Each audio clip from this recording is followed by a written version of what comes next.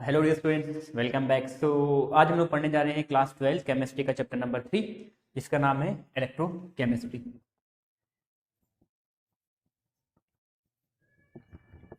Last time भी हमने electrochemistry पढ़ा था। ठीक है, इससे पहले वाली वीडियो हमने देखा था इलेक्ट्रोकेमिस्ट्री का कुछ बेसिक चीज़ें देखी थी, जैसे इलेक्ट्रॉन पोटेंशियल क्या होता है, डैनियल सेल क्या होता है, इलेक्ट्रोकेमिकल सेल क्या होता है, कैसे वो काम करता है, इलेक्ट्रोकेमिकल सेल यानी डैनियल सेल कैसे बिहेव करता है एक्सटर्नल पोटेंशियल के अंडर, है ना। वो सारी चीज़ें हमने देखी थी। स्टैंडर्ड इलेक्ट्रॉन पोटेंशियल क्या होता है, उसे हमने देखा था कि हाफ सेल क्या होता है। सारी चीज़ें हमने बेसिक बेसिक जितने भी आइडिया था वो हमने देख लिया था वहाँ पे। अब हम लोग इसके आगे कंटिन्यू करेंगे। आज हम लोग बात करेंगे सेल पोटेंशियल निकालते कैसे। तो बेसिकली आज हम लोग का मेन फोकस रहेगा how do we calculate cell potential of a given cell. कोई भी हमारे पास सेल है उसका सेल पोटेंशियल कैसे निकालते हैं। तो लास्ट टाइम अगर आपको याद होगा, हमारे पास दो हाफ सेल होता है। ठीक है, यहाँ पे हम लोग सॉल्ट ब्रिज के बारे में ज़्यादा बात नहीं करेंगे, हमको पता है सॉल्ट ब्रिज क्या होता है। ठीक है, तो एग्जाम्पल के लिए हम डायनी सेल का एग्जाम्पल ले रहे हैं। डायनी सेल में क्या होता है, जिंक के इलेक्ट्रोड हम डालते हैं जिंक सल्फेट सोल्यूशन में, और कॉपर के इलेक्ट्रोड डालते हैं कॉपर सल्फेट सोल्यूशन में। ठीक है, कॉपर के इलेक्ट्रोड डालते हैं कॉपर सल्फेट सोल्यूशन में। अब यहाँ पे आपको पता होगा कि जो कॉपर है ये लेस रिएक्टिव होता है as compare to zinc. Zinc ज़्यादा रिएक्टिव है। अब जो ज़्यादा रिएक्टिव होता है वो उतना इजीली इलेक्ट्रॉन देता है। जो भी देखो, रिएक्टिविटी कुछ नहीं है बल्कि कोई एटम या एलिमेंट कितना इजीली इलेक्ट्रॉन डोनेट करता है, उसी को हम बोलते हैं रिएक्टिविटी। यानी अगर हम बोल रहे हैं sodium is more reactive than calcium, तो इसका मतलब क्या है, सोडियम इजीली इलेक्ट्रॉन डोनेट कर देगा एज कम्पेयर टू कैल्शियम। अगर हम देखें भी, फॉर एग्जाम्पल हम देख रहे हैं सोडियम की वैलेंसी होती है 11, यानी उसकी आउटरमोस्ट शेल में एक इलेक्ट्रॉन होता है। ठीक है, पहले शेल में 2 इलेक्ट्रॉन, देन 8, देन फिर लास्ट शेल में 1 इलेक्ट्रॉन। ठीक है, और यहाँ पे अगर हम बात करें कैल्शियम की, तो कैल्शियम की पहले शेल में 2, दूसरे शेल में 8 एंड तीसरे शेल में 2 इलेक्ट्रॉन। ठीक है, तो यहाँ पे अगर कोई एटम, अगर कोई इलेक्ट्रॉन डोनेट करना होगा, ठीक है, तो उसको 2 इलेक्ट्रॉन डोनेट करने पड़ेंगे और इसको 1 इलेक्ट्रॉन डोनेट करना पड़ेगा। तो देखो, जो जितना इलेक्ट्रॉन डोनेट करता है उसको उतनी एनर्जी देनी पड़ती है। अब यहाँ पे किसके लिए डोनेट करना आसान है, सोडियम के लिए या कैल्शियम के लिए। तो ऑब्वियसली सोडियम के पास 1 इलेक्ट्रॉन है, वो इजीली डोनेट करेगा, उसको कम एनर्जी लगेगी। वेरस मैग्नीशियम के पास 2 इलेक्ट्रॉन है, उसको 2 इलेक्ट्रॉन डोनेट करने में ज़्यादा एनर्जी लगेगी। ये ऐसा हो सकता है। इसका एग्जाम्पल अगर देखें तो अगर आपके घर से 1 किलोमीटर दूर दुकान है और 2 किलोमीटर दूर दुकान है, आप कहाँ जाना पसंद करोगे, है ना। इजीली आप कहाँ चले जाओगे, जहाँ पे 1 किलोमीटर के दूर दूर दुकान है, बिकॉज वहाँ पे कम आपकी एनर्जी वेस्ट हो रही है। इन अ सिमिलर वे हम बोलते हैं सोडियम को 1 इलेक्ट्रॉन डोनेट करना है, उसको कम एनर्जी लगेगी। वेरस कैल्शियम को 2 इलेक्ट्रॉन डोनेट करना है, तो उसको ज़्यादा एनर्जी देनी पड़ेगी। तो कौन ज़्यादा रिएक्टिव है, सोडियम ज़्यादा रिएक्टिव है। तो इन अ सिमिलर वे हम बोल सकते हैं कि जिंक इजीली इलेक्ट्रॉन डोनेट करता है एज कम्पेयर टू कॉपर। तो यहाँ पे जिंक का क्या हो रहा है, ऑक्सीडेशन। ऑक्सीडेशन क्या होता है, कौन कितना इजीली इलेक्ट्रॉन डोनेट कर सकता है। जो इलेक्ट्रॉन डोनेट करता है उसको हम बोलते हैं ऑक्सीडेशन, जो इलेक्ट्रॉन को एक्सेप्ट करता है उसको हम बोलते हैं रिडक्शन। ठीक है, ये सब बात हमने लास्ट वीडियो में कर ली थी, तो यहाँ पे इसके बारे में ज़्यादा डिटेल में बात नहीं करेंगे। फॉर एग्जाम्पल जिंक है, ये जिंक सल्फेट सोल्यूशन में डिप्ड है, वेरस कॉपर है, कॉपर सल्फेट सोल्यूशन में डिप्ड है। ठीक है, तो इलेक्ट्रॉन पोटेंशियल क्या होता था, इलेक्ट्रॉन पोटेंशियल होता था कि इन दोनों इलेक्ट्रोड में, यानी किसी भी गिवन सेल में, ये सेल है पूरा का पूरा, इस सेल में दोनों इलेक्ट्रोड जो है ना, दोनों इलेक्ट्रोड है, चाहे वो जिंक की इलेक्ट्रोड है या कॉपर के इलेक्ट्रोड है। इलेक्ट्रोड क्या होता है, जहाँ पे आपका ऑक्सीडेशन या रिडक्शन होता है, यानी ये सरफेस प्रोवाइड करता है। ये मेटल का रॉड होता है जिसको हम सोल्यूशन में डालते हैं। ठीक है, तो यहाँ पे फॉर एग्जाम्पल हमने बल्ब कनेक्ट किया है। ठीक है, तो यहाँ से बल्ब जलता है, बिकॉज इलेक्ट्रॉन जो है जिंक डोनेट करता है और इलेक्ट्रॉन यहाँ से मूव करता है कॉपर की तरफ, है ना, और कॉपर इलेक्ट्रॉन एक्सेप्ट करता है, इसलिए कॉपर की तरफ इलेक्ट्रॉन जाता है। ये पॉजिटिव इलेक्ट्रोड होता है, ये नेगेटिव इलेक्ट्रोड होता है। जिंक इलेक्ट्रॉन डोनेट कर देगा तो ये नेगेटिव इलेक्ट्रोड बन जाएगा, ये एक्सेप्ट कर लेगा तो यहाँ पे पॉजिटिव बन जाएगा। ठीक है, यहाँ तक हमने देखा। अब इसके बाद आगे बात करें अगर, तो इलेक्ट्रॉन पोटेंशियल क्या होता है, इन दोनों इलेक्ट्रोड के बीच में जो पोटेंशियल डिफरेंस है उसी को हम इलेक्ट्रॉन पोटेंशियल बोलते हैं। यानी इन दोनों के पास जो पोटेंशियल डिफरेंस है इन दोनों इलेक्ट्रोड में, लेट्स से इसका पोटेंशियल है 1.1 वोल्ट, इसका पोटेंशियल है 2.3 वोल्ट। एग्जांपल ले रहे हैं, दोनों का पोटेंशियल होता है, इसको 0.73 के आसपास होता है, उसको 0.35 के आसपास होता है। ठीक है, तो दोनों का अलग होता है, बस एग्जांपल हमने ले लिया। 1.1 वोल्ट जिंक का है, 2.3 कॉपर का है, तो इनके बीच में पोटेंशियल डिफरेंस कितना होगा, 2.3 माइनस 1.1 कितना आएगा, 1.2 वोल्ट। तो ये होता है इलेक्ट्रॉन पोटेंशियल। ठीक है, तो इलेक्ट्रॉन पोटेंशियल क्या होता है, लास्ट टाइम हमने देखा था, उसी फॉर्मूला में हमने बात नहीं की थी। फॉर्मूला अगर हम बात करें या सेल पोटेंशियल, अगर हम फॉर्मूला की बात करें तो सेल पोटेंशियल होता है E cell is equals to E right, जो राइट साइड में है उसे माइनस करेंगे ई लेफ्ट साइड। जो लेफ्ट साइड जो सेल है, लेफ्ट साइड में कौन है, जिंक, तो ई लेफ्ट को माइनस करेंगे किसमें से, राइट साइड जो है कॉपर वाला, उससे माइनस करेंगे। इसी को हम फॉर्मूला वैसे भी लिख सकते हैं। देखो, ई राइट साइड में कौन है, जिंक है। ठीक है, लेफ्ट साइड में कौन है, सॉरी राइट साइड में कॉपर है और लेफ्ट साइड में कौन है, जिंक है। तो राइट साइड में कॉपर है, तो यहाँ पे लिखते हैं ई कॉपर माइनस ई जिंक, ठीक है। इसी को हम नेक्स्ट लिखते हैं, जिंक का क्या हो रहा है ऑक्सीडेशन, तो लिख देंगे ऑक्सीडेशन, कॉपर के क्या हो रहा है रिडक्शन, तो यहाँ पे लिख देंगे रिडक्शन, ठीक है। इसी का एक और फॉर्मूला सकता है, देखो ये सब के सब यही बता रहे हैं कि हमको क्या करना है, हमको कॉपर वाले में से कॉपर के इलेक्ट्रोड पोटेंशियल से माइनस करना है। लेट्स से कॉपर का लिख लेते हैं, जैसे मानो में कॉपर का था 2.3 वोल्ट माइनस जिंक का कितना है 1.1 वोल्ट, तो कितना आएगा 1.2 वोल्ट। देखो हम कर क्या रहे हैं अल्टीमेटली, हम कॉपर वाले पोटेंशियल डिफरेंस को इलेक्ट्रोड पोटेंशियल को माइनस कर रहे हैं जिंक वाले इलेक्ट्रोड पोटेंशियल से, हमको मिल रहा है सेल का इलेक्ट्रोड पोटेंशियल। तो देखो यहाँ पे ई रिडक्शन माइनस ई ऑक्सीडेशन, इसी को हम ऐसे लिखते हैं ई कैथोड माइनस ई एनोड, और इसको हम ऐसे भी लिखते हैं ई पॉजिटिव माइनस ई नेगेटिव, ठीक है। तो हमने ये लिखा। अब भाई आपको याद रखना है फॉर्मूला, एक ही फॉर्मूला याद रखना है, ई राइट माइनस ई लेफ्ट। बाकी देखो जो लेफ्ट साइड वाला है उसमें क्या है, लेफ्ट ऑक्सीडेशन एनोड नेगेटिव, तो देखो लेफ्ट ऑक्सीडेशन एनोड नेगेटिव, तो आप इसे सकते हैं लोन, ठीक है। तो ई राइट साइड में कौन होगा, देखो अगर लेफ्ट साइड में अगर हम फॉर्मूला लिखना चाहें तो लिखते देखो लेफ्ट साइड में कौन होगा, ई लेफ्ट माइनस ई राइट, फॉर्मूला बन जाएगा सेल पोटेंशियल का। तो लेफ्ट साइड वाला क्या होगा ऑक्सीडेशन कर रहा होगा, तो ई रिडक्शन माइनस ई ऑक्सीडेशन, फिर लेफ्ट साइड वाला एनोड होगा, राइट वाला क्या होगा कैथोड, तो ई कैथोड माइनस ई एनोड, और लेफ्ट साइड वाला नेगेटिव, और देखो जिंक क्या है नेगेटिव पोटेंशियल होता है और कॉपर क्या है पॉजिटिव, तो ये हो जाएगा ई पॉजिटिव माइनस ई नेगेटिव। तो चाहे आपको कैसे भी दे फॉर्मूला आपको यही यूज करना है। फॉर्मूला में मतलब बेसिकली कहने का मतलब क्या है, फॉर्मूला में हमेशा क्या होगा रिडक्शन वाली जो मेटल होगा जो भी एलिमेंट होगा जो रिडक्शन कर रहा होगा उसमें से उसकी पोटेंशियल डिफरेंस से माइनस करेंगे हम जो ऑक्सीडेशन कर रहा होगा। कोई भी एलिमेंट दिया हो रिडक्शन वाले से माइनस करेंगे ऑक्सीडेशन, और जो रिडक्शन करता है मतलब जो इलेक्ट्रॉन को एक्सेप्ट करेगा वो ऑब्वियसली पॉजिटिव होगा तब इलेक्ट्रॉन एक्सेप्ट करेगा, तो जो रिडक्शन वाला होता है वो कैसा होता है वो पॉजिटिव होता है। देखो रिडक्शन वाला पॉजिटिव होता है और पॉजिटिव हम कैथोड बोलते हैं, तो जो रिडक्शन वाला होगा उसको पॉजिटिव बोले या कैथोड बोले बात बराबर है, और वो राइट साइड में रखते हैं जनरली। तो फॉर्मूला हो जाएगा ई राइट माइनस ई लेफ्ट। बाकी आप ऑक्सीडेशन रिडक्शन क्वेश्चन में जैसे मेंशन करेगा, क्वेश्चन में अगर मेंशन नहीं किया कौन राइट में कौन लेफ्ट में, ठीक है, क्वेश्चन में बोल दिया इक्वेशन दे दिया जैसे Zn प्लस Cu दे रहा है Zn 2 प्लस Cu, ठीक है, ऐसा कुछ इक्वेशन आपको दे दिया। देखो जिंक को अगर हम नोटिस करें, जिंक रिएक्शन से पहले नॉर्मल था, रिएक्शन के बाद कैसा हो गया पॉजिटिव। अब पॉजिटिव हो रहा है यानी इलेक्ट्रॉन डोनेट कर रहे हैं, इलेक्ट्रॉन डोनेट कर रहे हैं। कॉपर पहले पॉजिटिव था फिर वो न्यूट्रल हो गया यानी वो इलेक्ट्रॉन एक्सेप्ट कर रहा है, ठीक है। जो इलेक्ट्रॉन एक्सेप्ट करेगा वो क्या होगा उसका रिडक्शन होगा, जो इलेक्ट्रॉन डोनेट करेगा वो क्या होगा ऑक्सीडेशन। तो हम समझ जाएंगे जिंक वाला ऑक्सीडेशन है, कॉपर वाला क्या है रिडक्शन है। तो हम ऐसे फॉर्मूला निकाल लेंगे, अभी क्वेश्चन देखेंगे तो और क्लियर होगा। पहला ये फॉर्मूला इंपॉर्टेंट है, याद रखना है। तो सेल पोटेंशियल फॉर्मूला क्या होता है, ई सेल होता है ई राइट माइनस ई लेफ्ट, ठीक है। देन लेफ्ट वाले में हम LOAN यूज करते हैं, लेफ्ट वाले को हम बोलते हैं LOAN। जो लेफ्ट में होगा उसका ऑक्सीडेशन होगा वो एनोड होगा और वो क्या होगा नेगेटिव होगा, ठीक है। तो याद रखने के पर्पज से बता रहे। अब देखो बात आती है how do we calculate electrode potential. Electrode potential हम इलेक्ट्रोड पोटेंशियल कैलकुलेट करते कैसे, चलो ठीक है। अगर आपको ई सेल निकालना है, सेल पोटेंशियल निकालना है, तो आपको ई राइट माइनस ई लेफ्ट करना है। मगर ई राइट कितना है ई लेफ्ट कितना है ये कैसे पता चलेगा, ठीक है। जैसे मान लो सेल बना रहे हैं ये सेल के, चलो ठीक है आपको पता है। मैंने बोला एक और सेल है जिसमें एक तरफ सिल्वर की आपके पास सिल्वर की इलेक्ट्रोड है, सिल्वर सोल्यूशन में डिप्ट है, और एक तरफ सोडियम का इलेक्ट्रोड है, सोडियम के सोल्यूशन में डिप्ट है। वैसे सोडियम तो बहुत ज़्यादा रिएक्टिव होता है तो इसका इलेक्ट्रोड जल्दी मिलेगा नहीं आपको। अगर हम बात करें लेट से एल्यूमिनियम का इलेक्ट्रोड है, एल्यूमिनियम के सोल्यूशन में डिप्ट है, ठीक है, ऐसा कुछ बोल दें। तो यहाँ पे अगर हम बात करें ये दो सेल है, इनमें अलग अलग एलिमेंट है, तो इसमें कौन ऑक्सीडेशन होगा किसका रिडक्शन होगा वो तुम रिएक्शन से देख लेंगे, ठीक है, या रिएक्टिविटी से देख लेंगे। क्योंकि एल्यूमिनियम जो है वो ज़्यादा रिएक्टिव होता है यानी ज़्यादा रिएक्टिव एलिमेंट है एज कम्पेयर टू सिल्वर, है ना। तो इसलिए क्या होगा एल्यूमिनियम का ऑक्सीडेशन होगा सिल्वर का रिडक्शन होगा। ये सब हम चीज़ आगे देखेंगे बहरहाल, जब क्वेश्चन करेंगे तो चीज़ें और क्लियर होगी। बट अभी यहाँ बात करें कि चलो ठीक है ये पता है आपको, मैं किस में से किसको माइनस करना है, या एल्यूमिनियम का पोटेंशियल कितना होगा या सिल्वर का पोटेंशियल कितना होगा, तो वो कैसे हम निकालेंगे।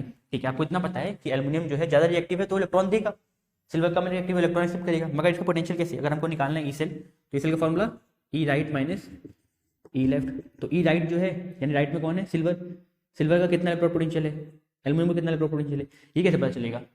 तो उसको निकालने के लिए हम यूज़ करते हैं स्टैंडर्ड हाइड्रोजन इलेक्ट्रोड का। ठीक है, यहाँ पे एक और नई चीज़ आ जाती है standard hydrogen electrode, standard hydrogen electrode. तो देखो स्टैंडर्ड हाइड्रोजन इलेक्ट्रोड होता क्या है, ठीक है। तो how do we calculate electrode potential? Electrode potential हम कैसे कैलकुलेट करते हैं? या तो हाफ सेल का पोटेंशियल, इसको मैं six how do we calculate half cell potential, हम हाफ सेल का पोटेंशियल कैसे निकालते हैं, यानी जो भी यहाँ पे हाफ सेल है, कॉपर हो या तो जिंक हो, इनका पोटेंशियल कैसे निकालेंगे? तो उसको हम निकालते हैं यूजिंग स्टैंडर्ड हाइड्रोजन इलेक्ट्रोड। तो क्या करते हैं, it is the half cell which helps to calculate the electrode potential of half cell. Half cell कभी भी आपको इलेक्ट्रोड पोटेंशियल निकालना है तो आप हम यूज करते हैं स्टैंडर्ड हाइड्रोजन इलेक्ट्रोड। देखो कैसे समझना, जैसे मान लो हमारे पास यहाँ पे एक हाफ सेल, कौन सा है, लेट्स से जिंक है, ठीक है, जिंक हाफ सेल है जो डिप्ड है जिंक सल्फेट सोल्यूशन में, ठीक है, जिंक सल्फेट सोल्यूशन में। एंड यहाँ पे हमने यूज किया, यहाँ पे हमने यूज किया हाइड्रोजन इलेक्ट्रोड, ठीक है, यहाँ पे हमने यूज किया हाइड्रोजन इलेक्ट्रोड, यहाँ पे हमने यूज किया हाइड्रोजन इलेक्ट्रोड, ठीक है, जो कि HCl में डिप्ड है, ठीक है, 1 मोल सोल्यूशन ऑफ HCl, ठीक है, यहाँ पे हाइड्रोजन इलेक्ट्रोड है। अब देखो, अब हमने बोला, अब एक चीज पता होनी चाहिए आपको, जो द ऑक्सीडेशन, ये हम आगे भी देखेंगे, ऐसा पहले समझ लो कैसे कैलकुलेट करते हैं, the oxidation and reduction potential of hydrogen या स्टैंडर्ड हाइड्रोजन इलेक्ट्रोड, ठीक है, स्टैंडर्ड हाइड्रोजन इलेक्ट्रोड को हम ऐसे ही बोल रहे हैं, तो स्टैंडर्ड हाइड्रोजन इलेक्ट्रोड इज 0। तो ऑक्सीडेशन या रिडक्शन पोटेंशियल जो होता है स्टैंडर्ड हाइड्रोजन इलेक्ट्रोड का कितना होता है, 0। यानी आप जब भी जिंक से इलेक्ट्रॉन जाएंगे हाइड्रोजन के पास आएंगे तो पोटेंशियल कितना हो जाएगा हाइड्रोजन का, वो हमेशा कितना होता है, 0, ठीक है, वो हमेशा कितना होता है, 0। हम स्टैंडर्ड जो लेते हैं पोटेंशियल वो कितना लेते हैं, 0, यानी इसका 0 पोटेंशियल होता है, ठीक है। अब इससे फायदा क्या होगा, देखो अब यह सेटअप हमने किया, ठीक है, अब यहाँ पे ऑब्वियसली इलेक्ट्रॉन यहाँ से निकलेगा, जिंक ज़्यादा रिएक्टिव है, इलेक्ट्रॉन देगा तो इलेक्ट्रॉन यहाँ से ट्रांसफर होगा, ठीक है, तो करंट फ्लो होगी, इलेक्ट्रॉन ट्रांसफर होगा, करंट फ्लो होगी। ये वोल्ट मीटर यहाँ पे हमने लगा दिया। वोल्ट मीटर क्या होता है, ये डिवाइस होता है जो मेजर करता है वोल्टेज पोटेंशियल, जहाँ पोटेंशियल इसने मेजर किया लेट्स से, तो यहाँ पे सेल पोटेंशियल कितना हो जाएगा, सेल पोटेंशियल का फॉर्मूला लिखें तो E cell is equals to E right minus E left, ठीक है, ये फॉर्मूला होता है। तो ई राइट में कौन है, जिंक है, तो ई जिंक, ठीक है, माइनस लेफ्ट में कौन है, ई हाइड्रोजन। आप चाहे तो लिख सकते हैं जिंक क्या कर रहे हैं, Zn से Zn2+ बना रहे हैं, और हाइड्रोजन क्या कर रहे हैं, हाइड्रोजन H2+ H+ से क्या बन रहे हैं, H, ठीक है। तो यहाँ पे क्या हो रहा है, अगर हम देखें सेल पोटेंशियल, ठीक है, तो यहाँ पे देखो, अब हमने यहाँ पे जिंक का हाफ से लगाया था, यहाँ पे हाइड्रोजन का हाफ से लगाया था, तो जिंक इलेक्ट्रॉन दे रहे हैं और हाइड्रोजन इलेक्ट्रॉन एक्सेप्ट कर रहे हैं। तो यहाँ पे क्या है, वोल्ट मीटर में देखो, जब करंट जा रही है इलेक्ट्रॉन फ्लो कर रहा है, यहाँ से करंट भी जाएगी, जब इलेक्ट्रॉन फ्लो करेगा तो करंट भी जाएगी, जब करंट जा रही है तो वोल्ट मीटर कुछ ना कुछ रीडिंग शो करेगा, ठीक है। तो वोल्ट मीटर जो रीडिंग शो करता है, let's say volt meter reading show की -0.76 वोल्ट, ठीक है, -0.76 वोल्ट। इस केस में डेली सेल के केस में रीडिंग जो मिली थी हमको कितनी मिलती है, -0.76 वोल्ट। जहाँ पे हमको पता है हाइड्रोजन का इलेक्ट्रोड पोटेंशियल कितना होता है, हाइड्रोजन का 0 होता है, तो यहाँ पे इसका इलेक्ट्रोड पोटेंशियल कितना हो जाएगा, 0, -0.76 वोल्ट कितना हो जाएगा, ई Zn से Zn2+, यानी देखो जिंक का जो इलेक्ट्रोड पोटेंशियल है वो हमारे मिल गया कितना, -0.76 वोल्ट। अब देखो जिंक जो है, यहाँ पे जिंक को हमने किस में लिखा है, जिंक को हमने लिखा है राइट साइड में, यानी जिंक राइट साइड में, यानी जिंक को हमने क्या माना है, तो क्या हो रहा है, रिडक्शन हो रहा है। तो जिंक का रिडक्शन कितना आया, रिडक्शन जो आया जिंक का, द रिडक्शन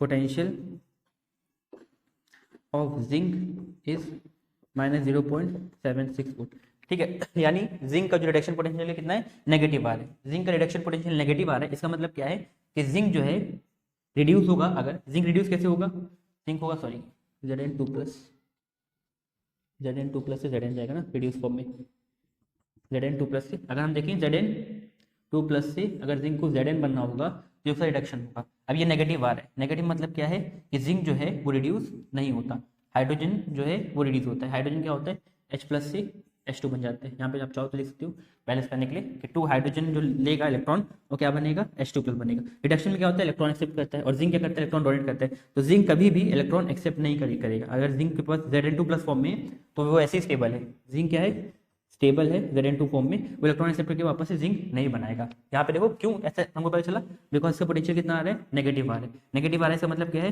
कि जिंक जो है वो कभी भी रिडक्शन नहीं करता, वो क्या करेगा, oxidation. Where on the other hand जो हाइड्रोजन है वो कंपेरेटिवली देखो तो जीरो आ रहा है, यानी इसी कंपेयर में पॉजिटिव है। ये बताओ जीरो ज़्यादा पॉजिटिव है कि माइनस 0.76 वोल्ट ज़्यादा पॉजिटिव है। तो यहाँ पे हमको पता है कि zero positive as compare to negative, तो जीरो पॉजिटिव है यानी इसका मतलब हाइड्रोजन का इलेक्ट्रॉन पोटेंशियल पॉजिटिव है, यानी इसका मतलब हाइड्रोजन जो है वो रिडक्शन कर देगा, मगर वो क्या बोलते हैं, जिंक कभी रिडक्शन नहीं करेगा। ठीक है, तो यहाँ पे हमको देखो हाफ सेल का जो जिंक का इलेक्ट्रॉन पोटेंशियल वो मिल गया, यहाँ पे हमने जिंक का इलेक्ट्रॉन पोटेंशियल कैलकुलेट कर लिया। ठीक है, तो इसका मतलब क्या है कि इन सिमिलर वे अगर हमको मान लो कॉपर का करना होगा, ठीक है, तो कॉपर करना होगा तो यहाँ पे हम क्या डाल देंगे, Cu। ठीक है, CuSO4 सोल्यूशन, अब कॉपर CuSO4 सोल्यूशन बना रहे हैं। ठीक है, फिर अगेन वापस से इसको भी कैलकुलेट करेंगे, अगर मान लो इसका भी कैलकुलेट किया हमने सेम वे से सेल पोटेंशियल निकालने के लिए। सेल पोटेंशियल कितना निकलेगा, देखो ई रिडक्शन, यहाँ पे रिडक्शन किसका हो रहा है, कॉपर का, यहाँ पे आ जाएगा ई कॉपर Cu2 प्लस से Cu माइनस लेफ्ट साइड में कौन है, H2 प्लस। ठीक है, तो यहाँ पे हमने जब कैलकुलेट किया, जब हमने कॉपर का इलेक्ट्रॉन डाला, यहाँ से कॉपर देखो इलेक्ट्रॉन एक्सेप्ट करेगा हाइड्रोजन से, हाइड्रोजन से इलेक्ट्रॉन एक्सेप्ट कर रहा है, अल्टीमेटली इलेक्ट्रॉन मूव कर रहा है कहीं से भी कहीं पे, उससे मतलब नहीं, इलेक्ट्रॉन मूव कर रहा है तो करंट फ्लो करेगी, यानी यहाँ पे पोटेंशियल डिफरेंस कुछ दिखाएगा। तो वोल्ट मीटर में जो रीडिंग शो करेगी वो हमने देखा कितनी आई, 0.35 वोल्ट के आसपास कॉपर के केस में। ठीक है, 0.355। अब हमको पता है हाइड्रोजन का कितना होता है इलेक्ट्रॉन पोटेंशियल, 0। ठीक है, तो ये 0 हो गया, तो यहाँ पे अल्टीमेटली क्या बचा, 0.35 volt is equals to E Cu2 plus से Cu। अब देखो कॉपर का जो रिड्यूस फॉर्म आया, क्योंकि कॉपर को हमने किस तरफ लिया था, रिडक्शन साइड में, कितना आया, पॉजिटिव आया, यानी कॉपर जो है वो रिड्यूस होगा, पॉजिटिव आया इसका मतलब कॉपर रिड्यूस होगा। तो इसका मतलब क्या है कि कॉपर का जो रिड्यूस फॉर्म है वो ज़्यादा स्टेबल है। ठीक है, इसी को हम आगे लिख सकते हैं, the reduction potential of zinc is minus 0.76 volt, है ना। Therefore zinc is not stable in its reduced form. Copper, on the other hand, has reduction potential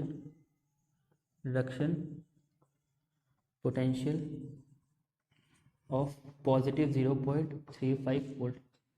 Therefore, it is stable in its reduced form. इससे मुझे चीज समझ में आई कि जो copper है उसका रिड्यूस्ड फॉर्म ज़्यादा स्टेबल है एज कम्पेयर टू हाइड्रोजन, और हाइड्रोजन का रिड्यूस्ड फॉर्म ज़्यादा स्टेबल है एज कम्पेयर टू जिंक। तो अगर हम देखें यहाँ पे, अगर आपको रिएक्टिविटी सीरीज याद होगी तो उसको थोड़ा मिटा देते हैं, याद हो गया वो अब तक आपको।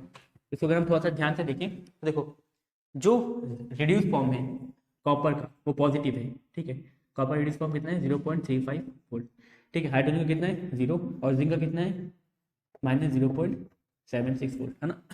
जब रिड्यूस फॉर्म देखें तो कॉपर का ज़्यादा पॉजिटिव है, उससे ज़्यादा हाइड्रोजन का, देन जिंक का लास्ट में। ठीक है, इसका मतलब जिंक का रिड्यूस फॉर्म जो है वो कम स्टेबल है, हाइड्रोजन का उससे थोड़ा ज़्यादा स्टेबल है, कॉपर का ज़्यादा स्टेबल है, यानी कॉपर जो है वो रिडक्शन करेगा, हाइड्रोजन न्यूट्रल रहेगा, और जिंक रिडक्शन नहीं करेगा। इसका मतलब वो क्या करेगा, ऑक्सीडेशन, और हाइड्रोजन तो दोनों करता है, ऑक्सीडेशन रिडक्शन, डिपेंडिंग अपॉन वो किसके साथ उसको हमने डाला है। तो देखो बेसिकली यहाँ पे हमको क्या सीखने मिला, एक चीज जो सीखने मिली कि अगर आपको कॉपर का इलेक्ट्रॉन पोटेंशियल निकालना है तो एक तरफ आप हाइड्रोजन इलेक्ट्रॉन कनेक्ट कर दें, और हाइड्रोजन का 0 होता है पोटेंशियल, वोल्ट मीटर लगाएंगे तो वोल्ट मीटर रीडिंग बता देगा कितना पोटेंशियल डिफरेंस है। तो यानी यहाँ से पता चलेगा हमको कॉपर का कितना पोटेंशियल डिफरेंस है। इन सिमिलर भी हम जिंक लगा देंगे एक तरफ, और जिंक को हाइड्रोजन इलेक्ट्रॉन से कनेक्ट कर दिए तो हमको पता चल गया जिंक का कितना इलेक्ट्रॉन पोटेंशियल है ना। तो इसी तरह से हमको जिसका भी इलेक्ट्रॉन पोटेंशियल निकालना है, फॉर एग्जाम्पल सिल्वर का निकालना है, गोल्ड का निकालना है, जिसका भी निकालना है, जहाँ पे हम उसको सोल्यूशन के साथ, ठीक है, हम डाल देंगे और हमको वहाँ पे उसका इलेक्ट्रॉन पोटेंशियल मिल जाएगा। और उस इलेक्ट्रॉन पोटेंशियल की वैल्यू को फाइनली हम कहाँ डालेंगे, अगर हमको मान लो अगर हमको कोई भी सेल बनाना है, लेट्स से हमको सेल बनाना है, अगर हमको सेल बनाना है और सेल का पोटेंशियल निकालना है, किसके लिए, लेट्स से हमको निकालना है एल्यूमिनियम वाला बताया ना, एल्यूमिनियम का और जिंक का, एल्यूमिनियम का और सिल्वर का। ठीक, तो एल्यूमिनियम का और सिल्वर का अगर हमको सेल पोटेंशियल बनाना है, जहाँ पे एल्यूमिनियम का वो निकालना पड़ेगा आपको इलेक्ट्रॉन पोटेंशियल। कैसे निकालेंगे, देखो एक तरफ हाइड्रोजन इलेक्ट्रॉन है, एक तरफ हमने सिल्वर वाली कनेक्ट कर दी, जहाँ पे जो वी रीडिंग बताएगा वो पता चल जाएगा कि सिल्वर का कितना इलेक्ट्रॉन पोटेंशियल है। मान लो आया लेट्स से 0.5। ठीक है, फिर अगेन हाइड्रोजन इलेक्ट्रोड हमारे पास है, इसको हमने कनेक्ट कर दिया एल्यूमिनियम वाले इलेक्ट्रोड से। ठीक है, एल्यूमिनियम सल्फेट सोल्यूशन में, तो वहाँ से हमको मिल गया let's say potential 3.2 volt, example है बस। तो माइनस करेंगे जहाँ पे आ जाएगा आपके पास 2.6 वोल्ट का सेल पोटेंशियल। तो यानी आपको जो भी सेल बनाना है उसका हाफ सेल का पोटेंशियल निकालना है, तो वहाँ पे कौन यूज होता है, आपका हाइड्रोजन इलेक्ट्रोड, ठीक है, स्टैंडर्ड हाइड्रोजन इलेक्ट्रोड यूज होता है, ठीक है, समझ में। अभी इसी को हम फाइनली देख सकते हैं कि स्टैंडर्ड हाइड्रोजन इलेक्ट्रोड होता कैसे है। तो स्टैंडर्ड हाइड्रोजन इलेक्ट्रोड दिखने में होता कैसे है, यानी इसका स्ट्रक्चर कैसा होता है, ठीक है। काम समझ में क्या करता है, स्टैंडर्ड हाइड्रोजन इलेक्ट्रोड का काम क्या होता है, हाफ सेल का पोटेंशियल डिफरेंस मेजर करने में काम आता है। अभी होता कैसे देखो, तो स्टैंडर्ड हाइड्रोजन इलेक्ट्रोड में हम करते क्या है, हम इसको बनाते कैसे हैं, इसमें हम देखो कंटेनर लेते हैं, ठीक है, उसमें एक ग्लास ट्यूब डालते हैं, एक ग्लास ट्यूब डालते हैं, ठीक है, उसके अंदर प्लेटिनम के इलेक्ट्रोड डालते हैं, ठीक है, उसको हम कनेक्ट करते हैं जहाँ पे भी उसको कनेक्ट करना है दूसरे सेल से, तो उसके वायर ले जाते हैं, ठीक है। यहाँ पे क्या है, ये प्लेटिनम का इलेक्ट्रोड है, प्लेटिनम की इलेक्ट्रोड है, यहाँ से हम हाइड्रोजन गैस को इंसर्ट कराते हैं ट्यूब में। देखो ट्यूब ऐसा कुछ होता है, ग्लास ट्यूब है, ये जो बाहर है ग्लास ट्यूब है, इसके अंदर क्या है, हाइड्रोजन इंसर्ट करा रहे हैं, ये प्लेटिनम का इलेक्ट्रोड है, और नीचे से गैप होता है, एयर गैप होता है, जिससे क्या होता है, हाइड्रोजन बबल फॉर्म में बाहर निकल जाता है, ठीक है। किससे, एक सोल्यूशन होता है HCl का, जिसका कॉन्सेंट्रेशन होता है 1 मोल, ठीक है, 1 मोलर, 1 मोलर मतलब 1 मोल्स पर लीटर, 1 मोलर मतलब हाइड्रोजन का 1 मोल्स 1 लीटर पानी में होगा, ठीक है। तो ये सोल्यूशन बनता है, ठीक है, 1 मोलर सोल्यूशन ऑफ HCl। तो उसमें होता है क्या है कि जब हम यहाँ से हाइड्रोजन को पास कराते हैं, या इलेक्ट्रॉन आ रहा है जा रहा है, जो भी डिपेंड कर रहा है कि इलेक्ट्रॉन आ रहा है कि जा रहा है, तो इसमें क्या होता है कि जो प्लेटिनम इलेक्ट्रोड होते हैं, प्लेटिनम हम यूज़ करते हैं, प्लेटिनम इलेक्ट्रोड हम यूज़ करते हैं, प्लेटिनम इलेक्ट्रोड बहुत अच्छा एड्सॉर्बेंट होता है, एक गुड एड्सॉर्बेंट होता है, ठीक है। एड्सॉर्बेंट क्या होता है, एड्सॉर्बेंट हम उस प्रॉपर्टी को बोलते हैं कि वो हाइड्रोजन को एब्जॉर्ब कर लेगा, इसलिए हाइड्रोजन को एब्जॉर्ब कर लेगा ना, तो यहाँ पे ज़्यादा से ज़्यादा रिएक्शन पॉसिबल होगी, ठीक है। तो हाइड्रोजन को एब्जॉर्ब करने के लिए हमारे प्लेटिनम इलेक्ट्रोड यूज़ करते हैं। दूसरी चीज़ प्लेटिनम की खूबी होती है कि ये इनर्ट होता है, ठीक है। इनर्ट का मतलब क्या है कि खुद रिएक्शन में इन्वॉल्व नहीं होगा ना, ये कैटलिस्ट का काम करता है, यानी एड्सॉर्प्शन के लिए सरफेस ले देता है, मगर ये खुद रिएक्शन में पार्टिसिपेट नहीं करता, क्योंकि अगर ये भी पार्टिसिपेट करेगा तो इलेक्ट्रॉन पोटेंशियल कुछ ना कुछ वैरी हो जाएगा, बिकॉज हमको हाइड्रोजन चाहिए ना कि हमको प्लेटिनम चाहिए। अब हाइड्रोजन तो गैस होती है, उसका इलेक्ट्रॉन तो बनेगा नहीं, इलेक्ट्रॉन किसका बनता है, मेटल का। तो इसलिए यहाँ पे हाइड्रोजन को हम प्लेटिनम दिखाते हैं, क्योंकि प्लेटिनम क्या होता है, इनर्ट होता है, ठीक है। यहाँ पे हम हाइड्रोजन यूज करते हैं, जो देखो हाइड्रोजन हम गैस के फॉर्म में इंसर्ट करते हैं, अगर हम हाइड्रोजन गैस के फॉर्म में इंसर्ट किए तो H2 देखो यहाँ आएगा, ठीक है, और इलेक्ट्रॉन लूज करेगा अपना, यहाँ पे आएगा, देखो प्लेटिनम के ऊपर बैठेगा, और प्लेटिनम के ऊपर बैठने के बाद वहाँ से प्लेटिनम से इलेक्ट्रॉन ले लेगा, ठीक है, इलेक्ट्रॉन अपना लूज कर देगा, क्या बना लेगा, H+, ठीक है, बैलेंस करने कर सकते हैं, H+ बना लेगा, ठीक है, यानी वो H+, इलेक्ट्रॉन अपना दे दिया, उसने अपना इलेक्ट्रॉन दे दिया, ठीक है। अब फिर फर्दर वो नीचे सोल्यूशन से निकला, और सोल्यूशन से देखो क्या कर रहे हैं, वो इलेक्ट्रॉन सोल्यूशन से वापस से गेन कर रहे हैं, तो सोल्यूशन में क्या होगा, सोल्यूशन केस में उसके पास 2H+ है ना, सोल्यूशन में गया और उसने इलेक्ट्रॉन एब्जॉर्ब कर लिया, क्या बन गया, H2 वापस से, ठीक है। तो देखो यहाँ पे वो इलेक्ट्रॉन एब्जॉर्ब कर रहा है, यानी यहाँ पे उसे क्या हो रहा है, रिडक्शन, ठीक है, यहाँ पे इलेक्ट्रॉन लूज कर रहे हैं, यहाँ पे उसे क्या हो रहा है, ऑक्सीडेशन। देखो ये इलेक्ट्रोड जो है हाइड्रोजन की, ये एक तरफ ऑक्सीडेशन भी कर सकती है, एक तरफ रिडक्शन भी कर सकती है। अभी कहाँ ऑक्सीडेशन करेगी, कहाँ रिडक्शन करेगी, ये डिपेंड कर रहा है कि आपने यहाँ पे क्या लगाया, आपने यहाँ पे कॉपर लगाया है, कॉपर ज्यादा स्ट्रॉन्ग रिड्यूसिंग एजेंट होता है, यानी कॉपर इजिली रिड्यूस हो जाएगा। तो जब कॉपर रिड्यूस होगा तो सामने वाले को क्या होना पड़ेगा, ऑक्सीडाइज, तो यहाँ पे हाइड्रोजन क्या होगी, ऑक्सीडाइज होगी, जब हाइड्रोजन ऑक्सीडाइज होगी इलेक्ट्रॉन देगी, कॉपर उसको एक्सेप्ट करेगा। मगर आपकी बार एक तरफ हाइड्रोजन इलेक्ट्रॉन ही है, इसको हमने कनेक्ट किया जिंक से, तो हाइड्रोजन इलेक्ट्रॉन जब जिंक को कनेक्ट करेंगे, जिंक ज्यादा इलेक्ट्रॉन मतलब ऑक्सीडाइजिंग एजेंट है, तो वो इलेक्ट्रॉन दे देगा इजिली, तो इलेक्ट्रॉन जब देगा तो हाइड्रोजन को मिलेगा इलेक्ट्रॉन, तो हाइड्रोजन उस टाइम क्या करेगा, रिडक्शन। देखो डिपेंडिंग अपॉन हम हाइड्रोजन फिक्सर कनेक्ट कर रहे हैं, वो अपना रिडक्शन और ऑक्सीडेशन उसी के अकॉर्डिंग करता है। तो हाइड्रोजन ऑक्सीडेशन भी कर सकता है, रिडक्शन भी कर सकता है, ठीक है, वो सब कर सकते हैं। जो ज़्यादा रिएक्टिव मेटल होगा वो हमेशा ऑक्सीडाइज करेगा, और जो कम रिएक्टिव मेटल है वो हमेशा रिड्यूस होगा, ठीक है। तो यहाँ से हमको एक चीज़ समझ में आ गई कि बेसिकली हाइड्रोजन इलेक्ट्रोड जो होता है, स्टैंडर्ड हाइड्रोजन इलेक्ट्रोड, उसका फंक्शन क्या होता है, काम क्या होता है, किसी भी हाफ सेल का अगर आपको इलेक्ट्रोड पोटेंशियल निकालना है तो उसके बगल में आप कनेक्ट कर देंगे हाइड्रोजन इलेक्ट्रोड, और वो क्या करेगा, उसका इलेक्ट्रोड पोटेंशियल 0 होता है, तो फाइनली जो भी वोल्टमीटर की रीडिंग शो होगी वो आपको किसके लिए होगी, उस हाफ सेल के लिए, ठीक है। समझ में क्या होता है बेसिकली काम स्टैंडर्ड हाइड्रोजन इलेक्ट्रोड का, ठीक है। अब इसके बाद हम लोग मेन सबसे मेन टॉपिक, सबसे इंपॉर्टेंट टॉपिक में बात करेंगे इस चैप्टर की, नर्व्स इक्वेशन। सो हम लोग बात करने वाले नर्व्स इक्वेशन की, और ये इस चैप्टर का बहुत इंपॉर्टेंट टॉपिक है, नर्व्स इक्वेशन, ठीक है। सबसे ज्यादा क्वेश्चन इसी से बनते हैं, तो बहुत इंपॉर्टेंट टॉपिक है, याद रखना है आपको। तो नर्व्स इक्वेशन क्या होती है, किस लिए यूज होती है, तो this equation is used to calculate electrode potential, या तो cell potential of any electrode, या तो सेल लिख लो, at any given concentration. So किसी भी कॉन्सेंट्रेशन पे किसी भी टेम्परेचर पे उस इलेक्ट्रॉन का पोटेंशियल कितना होगा ये बताती है नस्ट इक्वेशन। देखो समझना, जैसे हम लिखते हैं कोई भी electron potential E M N plus से एम, ठीक है, या हम लिखते हैं ई एम से एम एन प्लस। यहाँ पे किसका ऑक्सीडेशन हो रहा है, किसका रिडक्शन हो रहा है, कैसे पता चलेगा? देखो अब आपको रिएक्शन याद होनी पड़ेगी। जैसे जिंक के केस में जिंक ऑक्सीडेशन मतलब जो इलेक्ट्रॉन देता है, तो जिंक क्या करेगा? देखो जिंक इलेक्ट्रॉन देगा, तो जिंक ने इलेक्ट्रॉन दिया, जब जिंक इलेक्ट्रॉन देगा तो क्या बन जाएगा? जिंक इलेक्ट्रॉन देगा तो क्या बन जाएगा? ऐसे लिखते हैं, जिंक जब इलेक्ट्रॉन देगा तो क्या बन जाएगा? Zn2+। देखो जिंक इलेक्ट्रॉन दे रहा है, जो इलेक्ट्रॉन देगा वो क्या हो जाएगा? पॉजिटिव, बिकॉज यहाँ पे देखो इलेक्ट्रॉन नेगेटिव है, नेगेटिव चला जाएगा तो पॉजिटिव। अब हम बात करें कॉपर की, तो कॉपर जो इलेक्ट्रॉन लेगा तो क्या बनेगा? Cu नॉर्मल, ठीक है।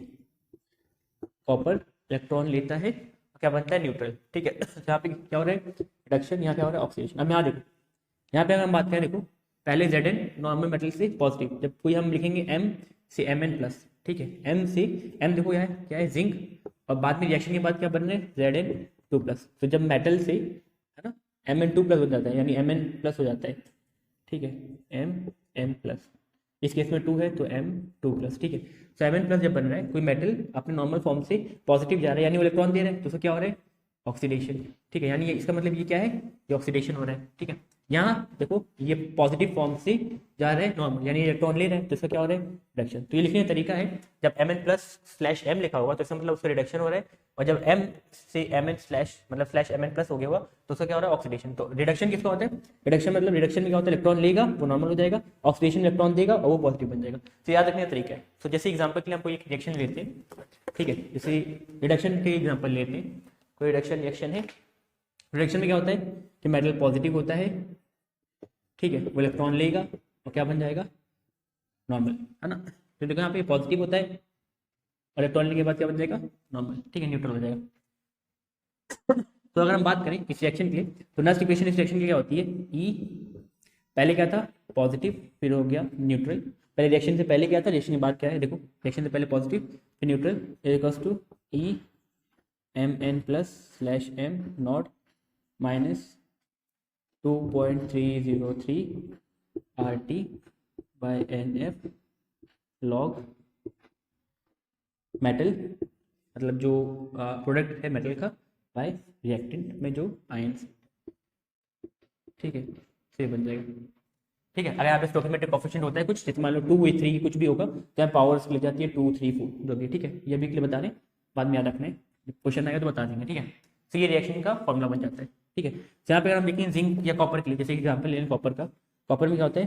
कॉपर होता है, या जिंक का ले लेते चलो, ये जिंक है, ठीक है, तो जिंक है, जिंक है, तो जिंक क्या करेगा? 2 इलेक्ट्रॉन देगा और Zn2+ बनेगा, 2 इलेक्ट्रॉन देगा, ठीक है। तो यहाँ पे इसका जिंक का फॉर्मूला क्या हो जाएगा? EZn से Zn2+ is equals to EZn से Zn2+। यहाँ पे क्या हो रहा है? इसका स्टैंडर्ड है ना, तो ई है ना, cell potential is equals standard cell potential या standard electron potential minus 2.303 R universal gas constant होता है, जिसकी वैल्यू होती है 8.31, टी टेम्परेचर होता है। चलो यहाँ पे ये लिख लीजिए सबसे पहले, तो जाएगा RT बाय NF, यहाँ पे जाएगा लॉग, यहाँ पे देखो जिंक का standard form, zinc by ion form, ion form क्या है? Zn2+, ठीक है। तो ये बन जाएगी इसके लिए। अब देखो क्योंकि हमको आर पता है, आर क्या होता है? यूनिवर्सल गैस कांस्टेंट, आर की वैल्यू होती है 8.31 जूल पर केल्विन मोल, ये होती है आर की वैल्यू। टी होता है टेम्परेचर, लेट्स से हम स्टैंडर्ड टेम्परेचर की बात करें 298 केल्विन। एफ होता है फैराडेज कांस्टेंट, जिसकी वैल्यू होती है 96487, 96487, और यहाँ पे एन होता है नंबर ऑफ इलेक्ट्रॉन, कितने नंबर ऑफ इलेक्ट्रॉन ट्रांसफर हो रहे हैं। कि जैसे आप देखो जिंक में केस में कितने इलेक्ट्रॉन जा रहे हैं? जिंक 2 इलेक्ट्रॉन दे रहा है, तो यहाँ पे नंबर ऑफ इलेक्ट्रॉन कितने जा रहे हैं? 2। जैसे मान लो एल्युमिनियम है, ठीक है, एल्युमिनियम का हो जाएगा Al3+, ठीक है, प्लस 3 इलेक्ट्रॉन। इस तरह सोडियम होगा तो सोडियम का Ne++1 इलेक्ट्रॉन, तो सोडियम के पास 1 इलेक्ट्रॉन होता है तो 1 इलेक्ट्रॉन देगा, जिंक 2 देता है, तो ये जितने इलेक्ट्रॉन देंगे उतना ही यहाँ पे एन की वैल्यू हो जाएगी, ठीक है। तो देखो यहाँ पे ये सब कांस्टेंट है, आर कांस्टेंट है, टेम्परेचर कांस्टेंट है, एफ कांस्टेंट है, तो इसकी वैल्यू अगर पुट करने यहाँ पे फाइनल इक्वेशन जो आ जाती है होती है EMn+ से M is equals to E0 mn plus से m माइनस ये आ जाएगा 0.059 by n number of electron, क्योंकि वैरी करते रहते हैं डिपेंडिंग अपॉन मटेरियल, लॉग क्योंकि ये सॉलिड है इसलिए इसकी कॉन्सेंट्रेशन होगा 1 और आयंस जो भी होगा उसकी कॉन्सेंट्रेशन mn प्लस। ठीक है, तो फाइनल फॉर्मूला बन गया नस्ट इक्वेशन का। ठीक है, यहाँ पे वैल्यू पुट करेंगे, यहाँ पे भी सेम इक्वेशन बन जाएगी। ठीक है, यहाँ पे बस n की जगह 2 आ जाएगा और फाइनली इसकी वैल्यू 1 हो जाएगी। चाहे तो कर लो, सॉलिड है तो 1 है, इलेक्ट्रोड है ना तो इलेक्ट्रोड की वैल्यू 1। ठीक है, और यहाँ पे Zn2 प्लस। ठीक है, तो यहाँ पे ये नस्ट इक्वेशन होती है। अगर हम बात करें डैनियल सेल के लिए तो नोट करना चाहे कर सकते हैं, आगे बढ़ते हैं। सो हम बात करें Nernst equation for Daniell cell. अगर डैनियल सेल की बात करें तो डैनियल सेल में क्या होता था, जिंक और कॉपर की इलेक्ट्रोड यूज होती थी। ठीक है, तो अगर डैनियल सेल याद होगा तो वहाँ पे रिडक्शन किसका होता था, रिडक्शन होता था या तो कैथोड टाइप पे कौन रहता था, पॉजिटिव एंड पे क्या था रिएक्शन, कॉपर था Cu है ना, इलेक्ट्रॉन लेता था Cu2 प्लस, तो इलेक्ट्रॉन लेगा और क्या बनाएगा Cu। ठीक है, तो इसके नस्ट इक्वेशन कैसे लिख सकते हैं, इसके लिए हम नस्ट इक्वेशन लिख सकते हैं, इसके लिए हम नस्ट इक्वेशन लिख सकते हैं, देखो E Cu2 प्लस से Cu is equals to E nought Cu2 plus से, ये स्टैंडर्ड कंडीशन पे है। ठीक है, Cu स्टैंडर्ड कंडीशन पे ये आपका सेल का पूरे नॉर्मल कंडीशन। ठीक है, माइनस 0.059 भाई कितने इलेक्ट्रॉन ट्रांसफर हो रहे हैं कॉपर में, 2 इलेक्ट्रॉन। ठीक है, याद है ना, Cu2 प्लस से 2 इलेक्ट्रॉन, कितने इलेक्ट्रॉन ले रही है 2 इलेक्ट्रॉन ले रहे हैं, तो यहाँ पे n की वैल्यू कितनी आ गई 2 log 1 बाई Cu2 प्लस। ठीक है, इलेक्ट्रोड का और नीचे आयंस का। एंड अगर हम बात करें नेगेटिव एंड पे, नॉट पे क्या होगा, नॉट पे होगा जिंक, तो E Zn2 प्लस से Zn is equals to E nought Zn2 plus से Zn minus 0.059 by 2 log 1 by Zn2 plus. ठीक है, अगर दोनों इक्वेशन में सब्ट्रैक्ट कर दें, ठीक है, सब्ट्रैक्टिंग इक्वेशन 2 फ्रॉम 1, तो ये 1 इक्वेशन फर्स्ट इक्वेशन है, ये सेकेंड इक्वेशन, दोनों को माइनस कर दें। देखो E copper E Cu2 plus से Cu माइनस ई, इसमें से इसको माइनस किया right hand side, Zn2 plus से Zn इज इक्वल्स टू यहाँ E not Cu2 plus Cu minus E not Zn2 plus से Zn। ठीक है, देन ये आपका 1 हो गया, देन माइनस माइनस कॉमन है कैसे 0.059 by 2 log 1 by Cu2 plus minus log 1 by Zn2 plus. ठीक है, ये आ गया आपका। ठीक है, अब देखो यहाँ पे ई कॉपर माइनस ई जिंक, यानी ई कॉपर यानी देखो ई राइट माइनस ई लेफ्ट, या तो ई रिडक्शन माइनस ई ऑक्सीडेशन, या ई कैथोड माइनस ई एनोड, सब किसका फॉर्म होता है ई सेल का, तो यहाँ लिख सकते हैं ई सेल ये देखो ये भी अगेन वही चीज़ है, बस आयंस फॉर्म में स्टैंडर्ड कंडीशन पे, देखो स्टैंडर्ड कंडीशन में तो यहाँ पे हो जाएगा ई नोड सेल। ठीक है, यहाँ पे ई सेल है, यहाँ पे ई नोड सेल है, बिकॉज ई सेल क्या होता है E cathode minus E anode, E nought cell क्या होता है E cathode standard minus E anode standard, वही चीज़ बस स्टैंडर्ड आ गया, फॉर्मूला सेम ही है, माइनस 0.059 बाई 2, दोनों में ही 2 इलेक्ट्रॉन एक्सेप्टेंस या तो डोनेशन हो रहा है। ठीक है, यहाँ पे लॉग ए माइनस लॉग बी, लॉग ए माइनस लॉग बी क्या होता है लॉग ए बाई बी। ठीक है, तो आप जगह लॉग ए बाई बी, तो लॉग ए क्या है 1 divided by Cu2 plus by B क्या है 1 डिवाइडेड बाई Zn2 प्लस। ठीक है, इसको फर्दर सॉल्व करेंगे तो जाएगा E cell is equals to E cell nought minus 0.059 by 2, अब ये डिवाइड के डिवाइड में तो नीचे जाएगा और ये ऊपर आके लॉग जिंक ऊपर आ जाएगा Zn2 प्लस बाय कॉपर नीचे जाएगा Cu2 प्लस। ठीक है, यानी फाइनली हमारी नेक्स्ट इक्वेशन है किसके लिए डैनियल सेल के लिए। ठीक है, अगर हम बात करें कोई जनरल रिएक्शन थे कि जनरल कोई भी रिएक्शन है, लेट्स से बता देते हैं तो कोई जनरल रिएक्शन है, ठीक है, इस पे क्वेश्चन बनते हैं, तो यहाँ से हम जनरल इक्वेशन भी निकाल लेंगे।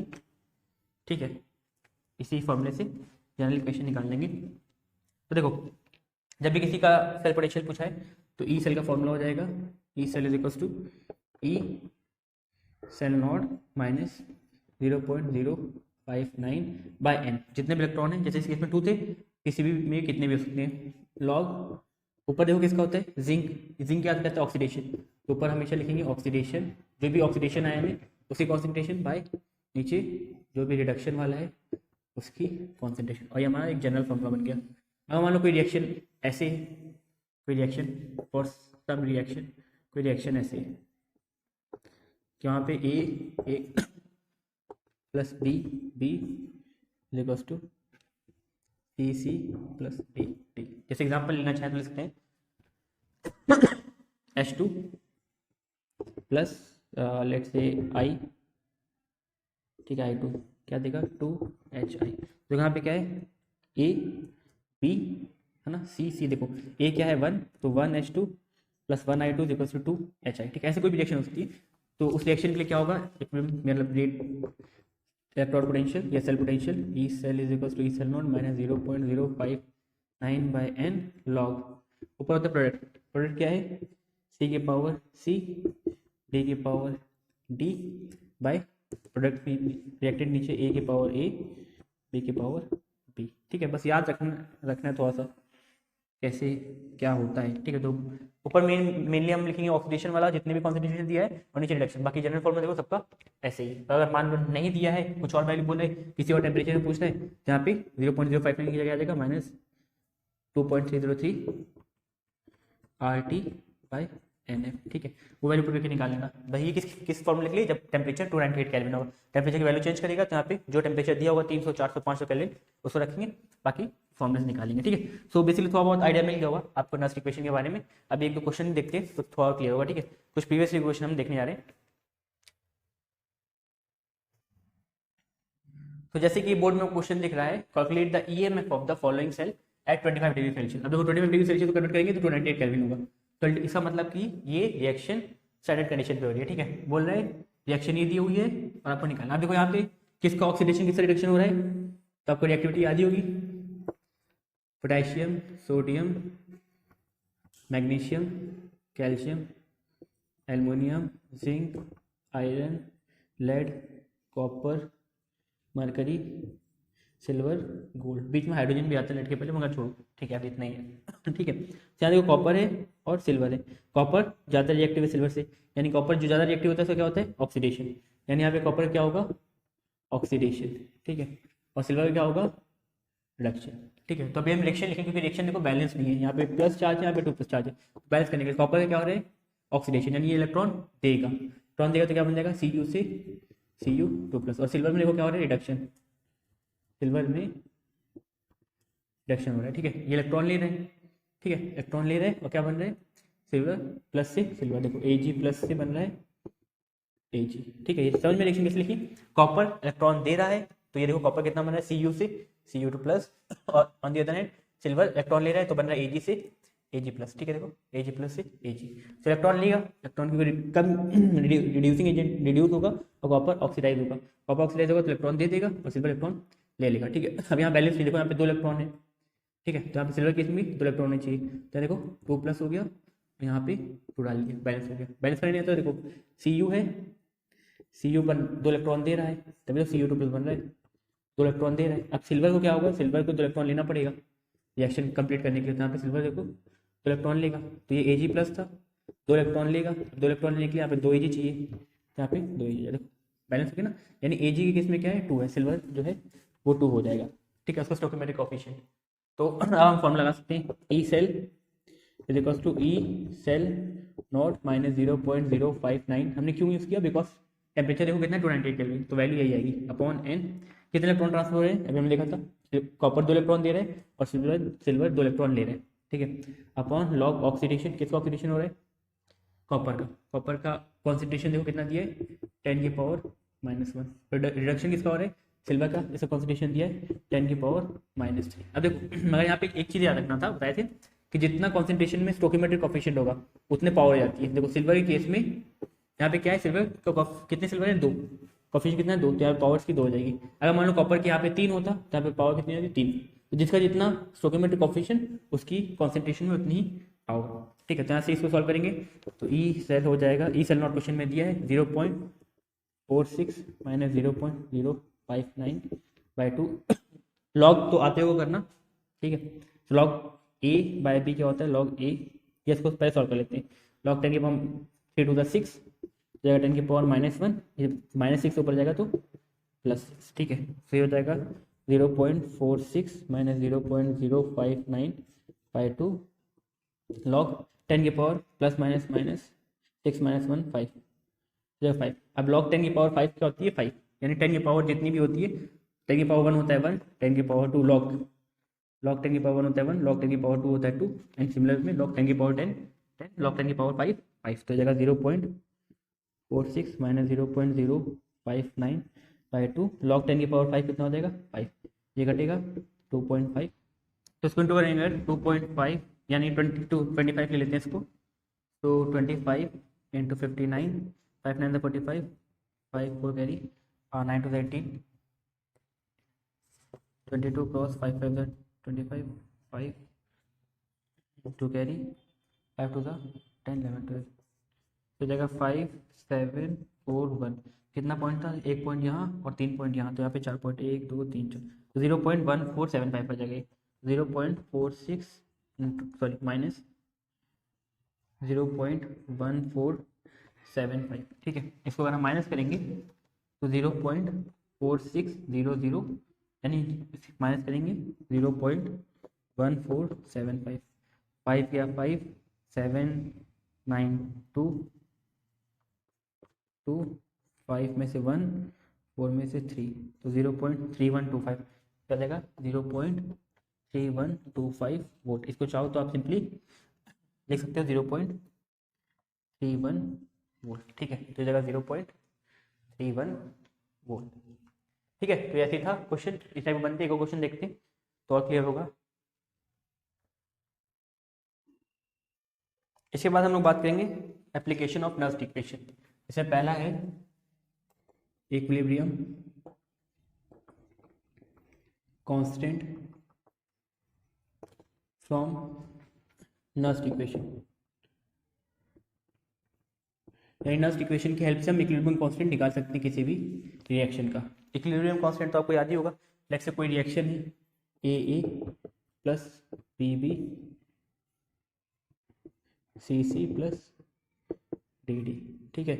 सो जब भी इक्विलिब्रियम रिएक्शन क्या होती है, आपने पढ़ा है क्लास 11th में, इक्विलिब्रियम रिएक्शन हम उसको बोलते हैं ऐसी रिएक्शन, ऐसी स्टेज रिएक्शन में जिसमें फॉरवर्ड रिएक्शन और बैकवर्ड रिएक्शन दोनों एक साथ होने लगे, यानी जो रेट ऑफ फॉरवर्ड रिएक्शन है वही रेट ऑफ बैकवर्ड रिएक्शन भी हो जाए, ठीक है। जैसे मान लो अगर हमने बोला कि हम बना रहे हैं NH3 रिवर्स प्रोसेस, ठीक है, ये आपका देगा N2 प्लस 3H2। तो देखो ऐसी कंडीशन जहाँ पे जितनी तेजी से अमोनिया से नाइट्रोजन और हाइड्रोजन बन रहे हैं, है ना, जितना अमोनिया से नाइट्रोजन हाइड्रोजन बन रहे हैं उतना ही अमोनिया का मतलब रिवर्स रिएक्शन होके अमोनिया बन रहा है, यानी ऐसी रिएक्शन जिसमें फॉरवर्ड रिएक्शन, यानी देखो अमोनिया से नाइट्रोजन और हाइड्रोजन बनना और हाइड्रोजन और नाइट्रोजन से मिलकर वापस से अमोनिया बनना, उस रिएक्शन को ऐसी स्टेज पे जहाँ पे फॉरवर्ड रिएक्शन और बैकवर्ड रिएक्शन किसी भी रिएक्शन में अचीव हो जाए उसी को हम बोलते हैं इक्विलिब्रियम रिएक्शन, ठीक है। तो जब भी इक्विलिब्रियम रिएक्शन होती है तो वहाँ पे इक्विलिब्रियम कांस्टेंट आता है। अभी सब चीजें आपने पढ़ी हुई पहले, ठीक है। तो इक्विलिब्रियम कांस्टेंट कितना होता है, इक्विलिब्रियम कांस्टेंट आज पढ़ा है Kc इक्विलिब्रियम कांस्टेंट होता है,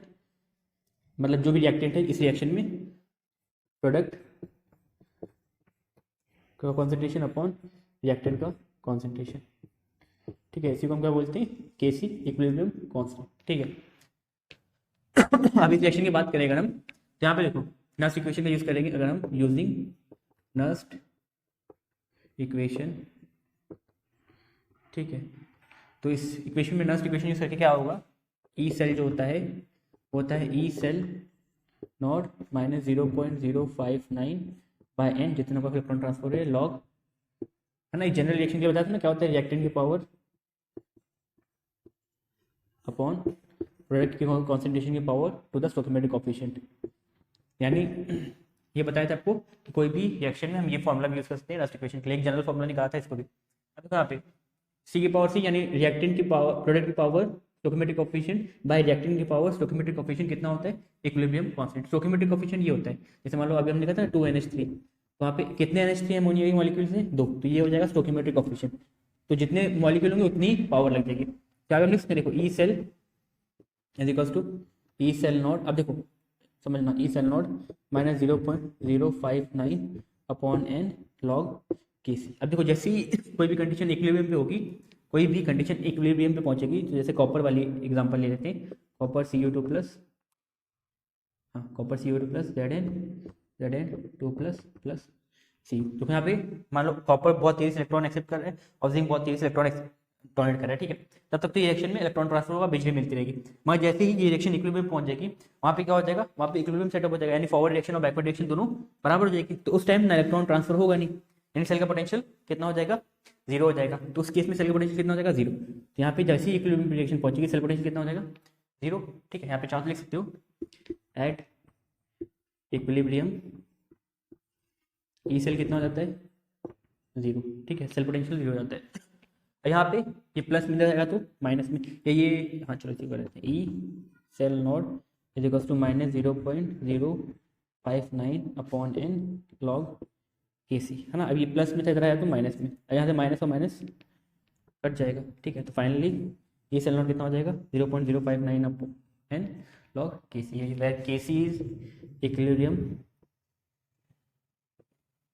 कांस्टेंट, ठीक है। और ई सेल तो E cell nought standard cell potential of the cell, जो भी सेल दिया उसका स्टैंडर्ड सेल पोटेंशियल को हम क्या बोलेंगे, ई सेल नॉट। अब केसी की यूज क्या है, केसी से मतलब हमको क्या फायदा होता है केसी निकाल के।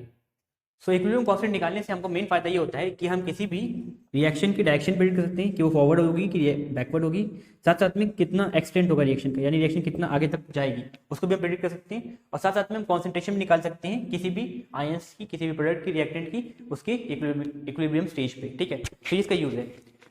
तो आगे देखते हैं गिब्स एनर्जी वाला, चाहे तो नोट कर सकते हैं। तो इसके बाद जो अगला टॉपिक है वो है रिलेशन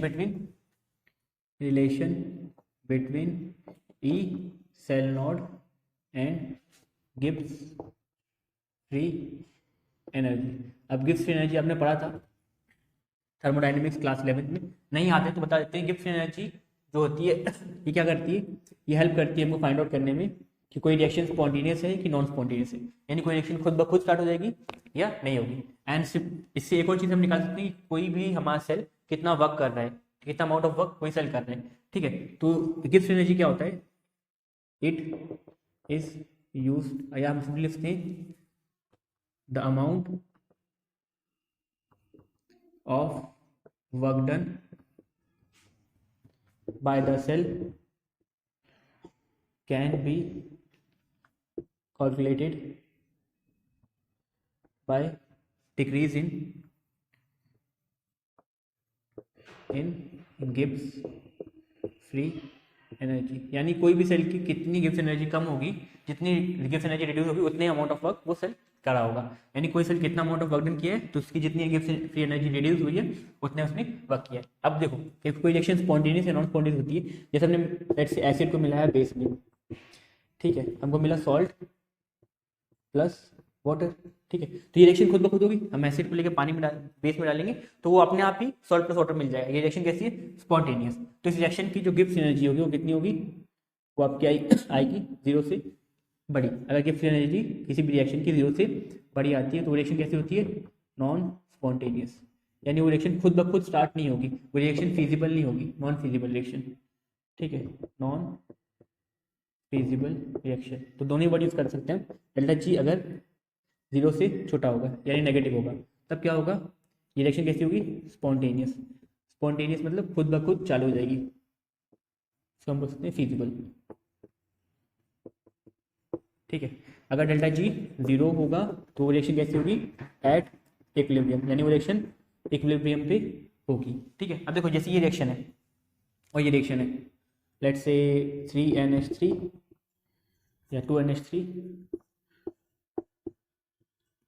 N2 प्लस 3H2, देखो ये रिएक्शन इक्विलिब्रियम पे है ना, यानी जब इसका डेल्टा जी निकालोगे गिब्स एनर्जी तो कितना आएगा, 0, ठीक है। और मान लो इस रिएक्शन का आप गिब्स एनर्जी निकालोगे डेल्टा जी तो 0 से कम आएगा, मे बी नेगेटिव, ठीक है। ऐसा क्यों होगा, बिकॉज ये रिएक्शन खुद ब खुद चालू हो जाएगी। आप अगर एसिड और बेस को मिलाओगे अपने आप सॉल्ट और वाटर बन जाएगा, मगर हम बोल रहे हैं आपने सॉल्ट घर में पड़ा हुआ नमक को मिला दिया पानी में तो क्या आपके पास एसिड और बेस आ जाएगा, ऐसा होगा, नहीं, ऐसा नहीं होगा, बिकॉज ये रिएक्शन नॉन फिजिबल। इसी डेल्टा जी क्या होगा, 0 से बड़ा होगा। लेट्स से 1000, 2000, 3000 जो भी हो, मगर 0 से बड़ा होगा।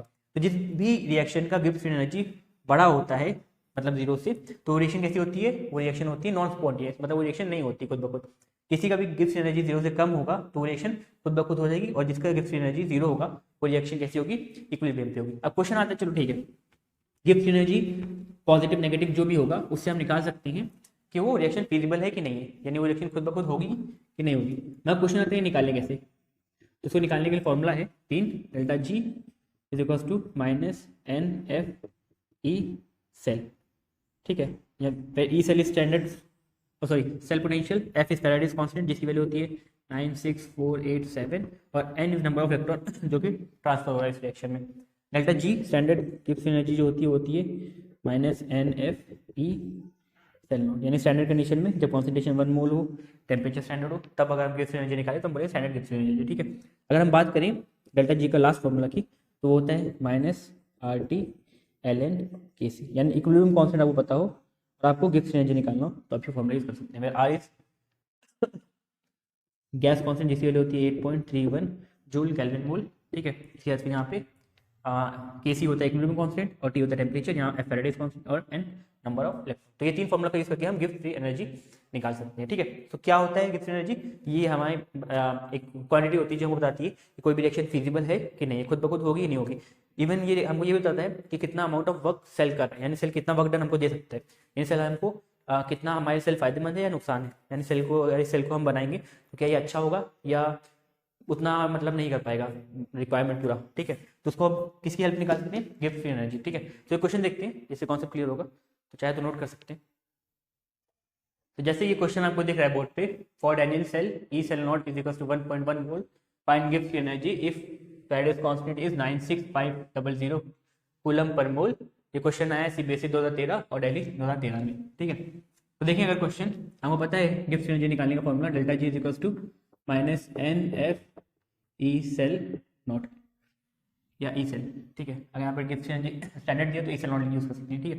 अब डेल्टा जी माइनस, अब देखो किसके लिए बोल रहे हैं, for Daniell cell. Daniell cell में क्या होता है, जिंक जो होता है वो ऑक्सीडाइज होता है, ऑक्सीडेशन में जाता है, Zn2+ बनता है, कितने इलेक्ट्रॉन रिलीज करते हैं, 2। डैनियल सेल में कितने इलेक्ट्रॉन रिलीज होते हैं, 2। यहाँ पे नंबर ऑफ इलेक्ट्रॉन कितने हो जाएंगे, 2। फैराडेज कांस्टेंट की वैल्यू होती है 96487, मगर इसने क्वेश्चन में बोला है कि आप लो 96500, ठीक है। ई सेल नॉट क्वेश्चन में दिया है 1.1 वोल्ट, पॉजिटिव है इसलिए हम पॉजिटिव ले रहे हैं, ठीक है। तब क्वेश्चन में वैल्यू रखेंगे तो ये आएगा -2 × 965 से मिलती है 2 0 0 2 0 0 2 5 10 0 1 कैरी 2 6 12 1 13 1 कैरी 2 9 18 2 9 18 19, तो जाएगा 19 300, ठीक है।